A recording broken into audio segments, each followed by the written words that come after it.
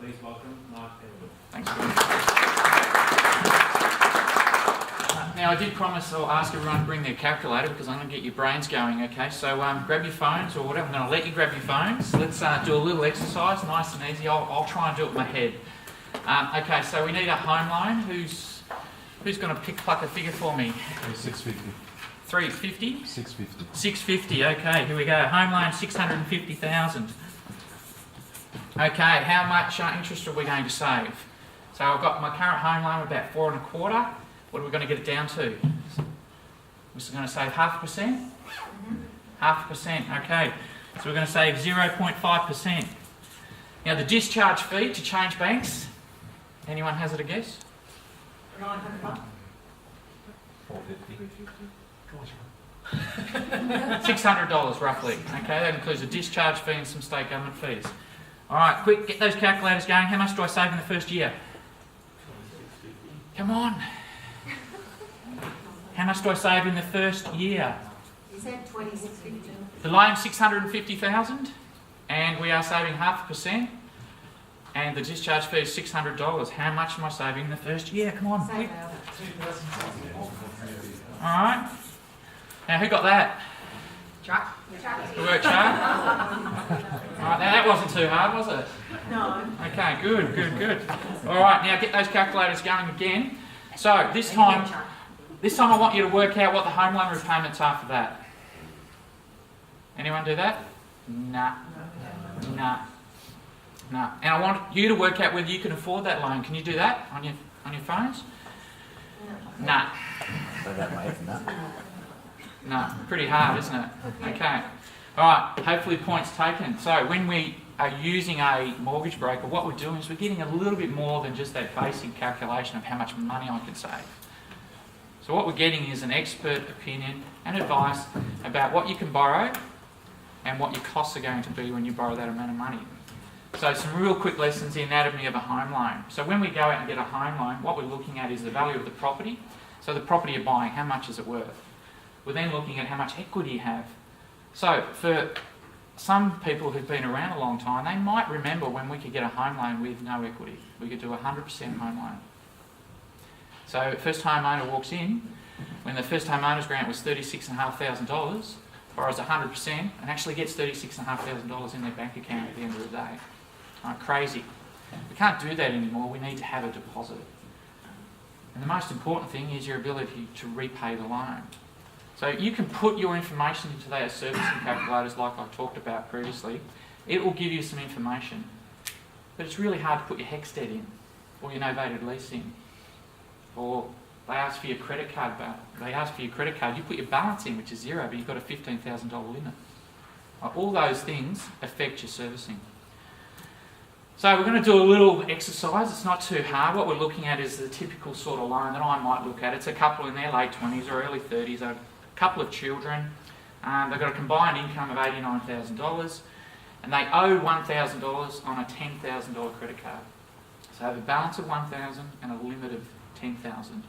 They've got a $30,000 car loan, looking to buy in Geelong, need a home loan for $300,000. Now they've declared that they have living expenses of $3,500. Right. Let's pick someone. David Graham, what do you spend a month on living expenses? Quick, come on, you should know. You should know. Of course you don't know. Mine's 8. Scott Hunt, what do you spend on living expenses a month? No idea. Ben Morgan, do you know? Nah. Daniel, do you know what you spend a month on living expenses? No. No, of course you don't. I do, I just did it. Didn't want to ask you, Helen, you probably don't budget. So we ask a question, what's your monthly living expenses? And people go, oh, shit, I don't know. So we do a budget exercise. But some people, when they put this into the figure, they get it wrong. Right? So let's keep going. So we start the process. We want to get the value of the property. The bank gets a valuation. Right? It's not what you think the property's worth, it's what a small valuer thinks the property's worth. Really, really simple process. So we have a deposit. So we have a 20% deposit, potentially. Right? That'd be great, wouldn't it? If we have a 20% deposit, what don't we pay? Mortgage insurance, correct. And mortgage insurance is something that's a lot of money. It goes on top of the loan. But with that said, I get some people that come along and they say they want to buy a house, they've got their 5% deposit, plus a bit extra, about $10,000 in mortgage insurance, and they say, well, no, my mum and dad said I have to save my 20%. How long is it going to take you to save 20%? 4 years. Right. So in 4 years' time, if that house goes up by 3% per annum, on a $300,000 house, how much has it gone up by? 3% first year, 309, another, so let's say $36,000. So they've saved it, no mortgage insurance, but now they're paying $36,000 more for that same house. So in my opinion, sometimes it's okay to pay mortgage insurance. So how do we get deposit? We can get deposit in lots of ways. We can save it, we can have a gift from the parents, we can get a guarantee from the parents for some equity, lots of different ways we can get that deposit. So when we're looking at servicing, we have to put everything in. Credit card limits, car loans, existing investment loans, absolutely everything in. All our income from self-employed, our income from Centrelink, our income from husband and wife, all of our income goes into that. Living expenses, your day-to-day expenses. We put all that into the calculator. So when we're looking at this scenario, we now have this scenario. We have the combined income of $89,000, we have their monthly declared living expenses of $35,000, and that's where and I plug that into my computer. And what does it do? It gives me a fail. Okay? So why does it give me a fail? So what I then do, because if they put this into the internet, they go, oh shit, I can't afford it. But what I do is I look at some things. So let's look at things. Right, so 2 adults, 2 kids, 3,500. It's actually a little bit high. Too many avocado breakfasts. Maybe. Maybe too many coffees, too much wine. Right, so what we do is we do a formal budget exercise with them. And we look at what is real expenses and potentially what might be your discretionary expenses. So we do that process because people really don't know. We also look at the credit card limit. So what was their balance? Anyone remember? $1,000. Right. And we say, well, do you go up to 10,000? No, I never go to 10,000. Most of it goes to 1,000. Right, so we look at credit card limit as well. So we've done the budget exercise. Real living expenses actually turned out to be $3,000 per month, right, which is much more realistic for 2 adults, 2 kids. Right, still fails. So what do we look at now? Cancel the credit card. Credit card. Get rid of it. Alright. No. So what we've just done is we've gone, well, let's lower the limit to 5,000. Anyone lowered a credit card before? Yeah. How easy was it, Ben? Very easy. Just ring it up. So I want to. Yeah. Not quite as easy, but almost as easy. So guess what? We now pass. So that person who first put their information into the internet, they've gone, I can't buy a house, they come and see a mortgage broker. We can actually work with them, like get proper living expenses, reduce their credit card limit. All of a sudden they're buying that house with David Graham rather than having to go to someone in Cryo and buy a cheaper one. Okay, so.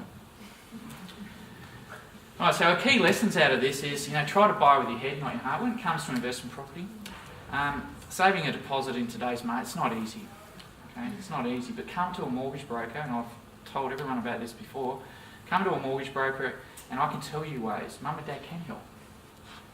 They can gift you some money. You just have to hang on to it for 3 months. Right? If they're up for it. Paying mortgage insurance. As I said, it might be better than waiting. Having a parent as a guarantor. Really, really important when I have parents as guarantor. We're not talking about helping to be able to pay the loan. We're simply talking about being able to add security to the loan, which the banks love. Credit cards have a huge impact. And remember everyone, you guys are my marketing team. So really quickly, bread and butter referrals, first home buyers, first time investors, refinance of existing loans. I like to look for triggers. So if you've got someone saying, I'm trying to save to buy a house, I'd love to get a house of my own, it'd be great to own an investment property, I need to kick my kids out, or I'm sick of renting, ideal referral for me.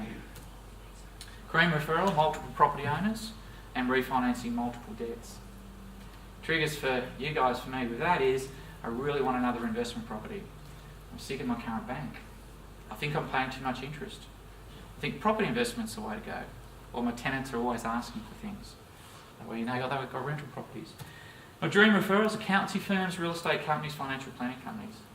Now, if you go to your accountant and you don't hear them saying these things, So if you go to your accountant and he doesn't offer for you to meet with their mortgage broker to go over your debts, great referral opportunity for me. Probably means they don't have one.